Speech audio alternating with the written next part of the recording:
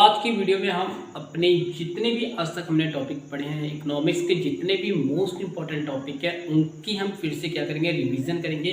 तो आइए हम अपनी पहली शुरुआत कहाँ से करते हैं, मुद्रा से करते हैं। तो मुद्रा का परिचय और मुद्रा की परिभाषा।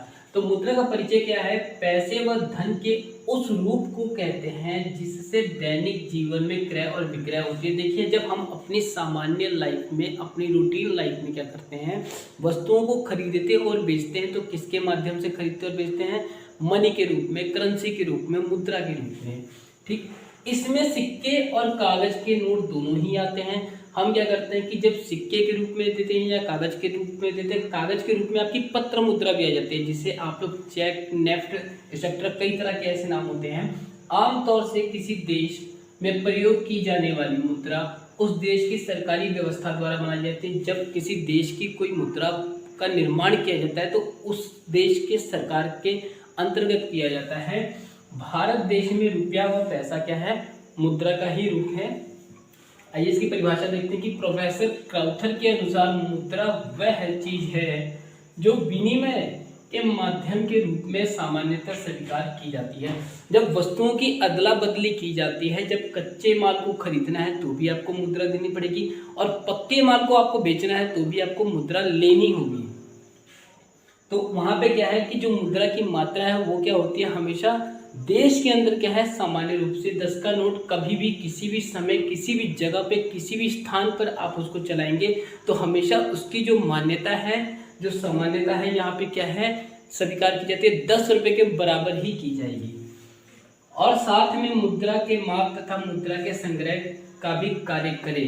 देखिए, मुद्रा क्या है कि आप उसको संग्रह मतलब स्टोर करके रख सके, उसको जमा करके रख सकें, तो वो क्या है, आपको आने वाले भविष्य में किसी भी काम को करने के लिए सुविधा प्रदान कर सकती है। मुद्रा के माप से हमारा अभिप्राय है कि उसकी खरीदने की जो शक्ति होती है वो किस पर डिपेंड करती है? उसकी मुद्रा की संख्या पर। यदि आपके पास 100 रुपये के 10 नोट हैं तो वहाँ पर जो 100 रुपये के 10 नोट हैं तो आपकी क्रय शक्ति, जो उसका मूल्य है वो क्या है, बढ़ जाता है कि आपके पास 1000 रुपये की वस्तु को खरीदने की क्या है, शक्ति है या क्षमता है।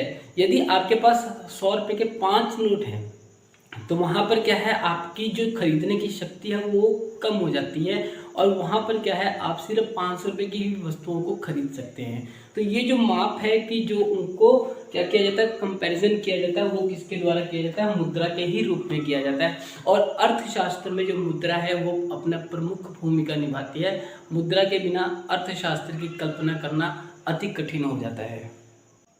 तो हमारा दूसरा जो टॉपिक है वो कौन सा है? हमारा दूसरा टॉपिक साख का है। तो साख क्या होती है कि जब आप किसी को पैसा उधार देते हैं और वो भुगतान के समय उसको क्या करता है, पोस्टपोन कर देता है। तो आइए इसकी हम डेफिनेशन देखते हैं कि प्रोफेसर जैक्स के अनुसार साख शब्द का अर्थ भुगतान को स्थगित करना है। जब आप भुगतान को रोक देते हैं या आपके द्वारा जब किसी को उधार मुद्रा दी जाती है तो वो आपको पेमेंट ना करके कुछ एक नई डेट दे देता है, तो वहाँ पर कौन सी स्थिति उत्पन्न हो जाती है? साख की। इस प्रकार साख एक प्रकार का विनिमय कार्य है। देखिए, विनिमय कार्य का मतलब है कि साख के रूप में क्या करते हैं, आप मुद्रा देते हैं या उसके बदले वस्तुओं का लेन देन करते हैं, जो कि किसके रूप में होती है? उधार के रूप में होती है, जिसमें कोई ऋणदाता किसी ऋणी को वर्तमान समय में कुछ वस्तुएं या मुद्रा इस विश्वास पर प्रदान करता है कि कुछ समय बाद वह उसे वापस कर देगा। देखिए, क्या होता है कि बाई चांस अगर आपसे कोई, आपका फ्रेंड एक बाइक लेके चला जाता है, कुछ समय के बाद वो लाके आपको लौटा देता है, तो वो क्या है कि जब उसको आपको वापस कर देते हैं तो वहाँ पर भी क्या है, विनिमय का काम होता है। यदि आपका फ्रेंड कहता है कि 2 दिन बाद बाइक ले लेना, तो वो जो बाइक है जो 2 दिन और ज़्यादा डिले हो जाती है वो किसके रूप में आ जाती है? साख के रूप में आ जाती है।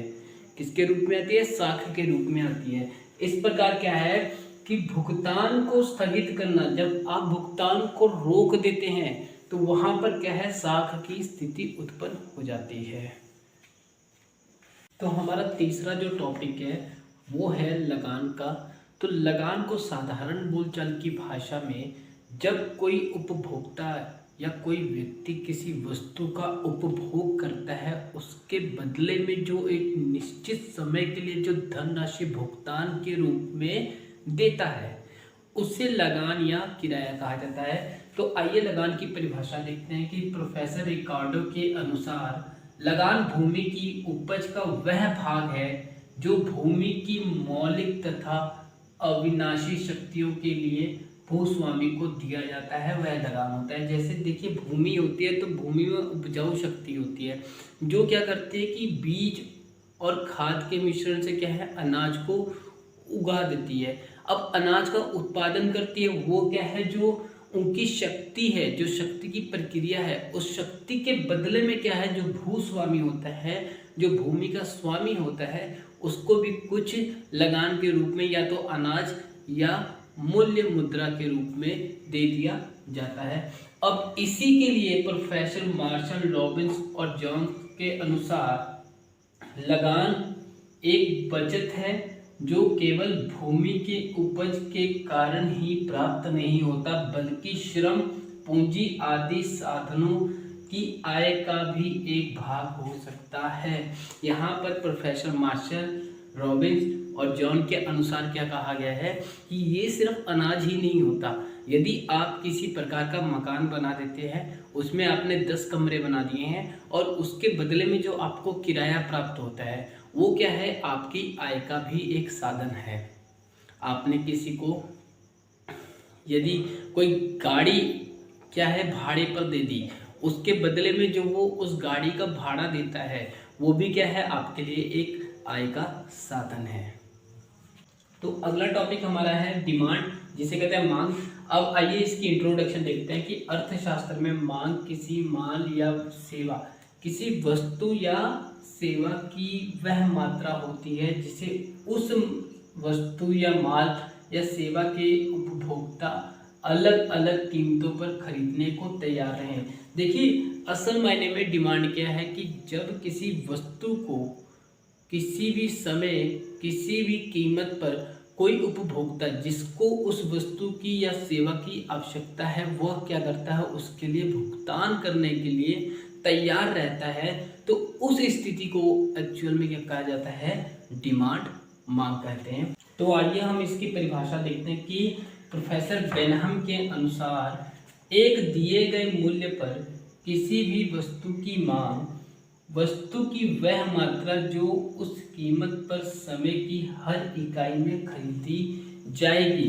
देखिए बेनहम के अनुसार क्या है कि जब कोई वस्तु किसी निश्चित कीमत पर निश्चित मात्रा में क्वांटिटी में और एक निश्चित समय में खरीदी जाएगी तो उस समय क्या होती है एक्चुअल में वास्तव में क्या होता है उस वस्तु की मांग होती है। यह क्या है समय और जगह और मुद्रा की मात्रा घटने बढ़ने से क्या है कि इसकी मांग में परिवर्तन होता रहता है। तो मांग के उत्पन्न होने के बाद क्या उत्पन्न की जाती है सप्लाई। तो सप्लाई की पूर्ति करने की देखिए सबसे बड़ी विशेषता यह होती है कि लोगों की जितनी भी ज़रूरतें हैं उसको सही समय पे और सही आकार में और सही मूल्य पर क्या किया जाए पूरा किया जाए। तो यहाँ पे प्रोफेसर बेनहम के अनुसार पूर्ति का आशय वस्तु की उस निश्चित मात्रा से है। देखिए निश्चित मात्रा क्या है फिक्स क्वांटिटी से है जिसे प्रति इकाई के मूल्य पर किसी निश्चित समय में बेचने के लिए विक्रेता द्वारा प्रस्तुत किया जाता है। देखिए निश्चित इकाई में और निश्चित समय में क्या है विक्रेता द्वारा बेचने के लिए प्रस्तुत किया जाता है। जैसे आपको बाजार में बनाना जो केला होता है वो आपको दर्जन के हिसाब से मिलता है, तो देखिए वहाँ पे वो जो इकाई होती है प्रति इकाई जो मूल्य होता है वो किस पे डिपेंड करता है उसकी 12 पीस की क्वांटिटी पे। यदि आप दूध लेने जाते हैं तो वो किस पे डिपेंड करता है उसकी इकाई प्रति लीटर पे। अब इसी तरह अगर आप चीनी चावल लेने जाते हैं तो वो किस पे डिपेंड करता है उसके प्रति किलोग्राम पे। ठीक, तो यहाँ पर क्या है कि जो विक्रेता होता है आपको उसकी क्वांटिटी के हिसाब से उसका मूल्य बताता है। ठीक, और इसके अनुसार क्या है कि अक्षय वस्तु के मूल्य से है जिसमें विक्रेता द्वारा प्रस्तुत किया जाता है। विक्रेता जो होता है वो अपने हिसाब से इन वस्तुओं की जो प्राइस है वो भी बदल सकता है। अगर वो बाजार में देखता है कि वस्तु की डिमांड ज़्यादा है और वस्तु की प्रोडक्शन कम है, तो वहाँ पे उसका जो कीमत है वो बढ़ जाता है। अब इस तरह की कई प्रकार की घटनाएं होती रहती हैं बाज़ार में, जो कि डिपेंड करती है पूर्ति पे, सप्लाई पे, कि सप्लाई कितनी मात्रा में है। सप्लाई की मात्रा ही क्या करती है, प्राइस, कीमत का निर्धारण भी करती है।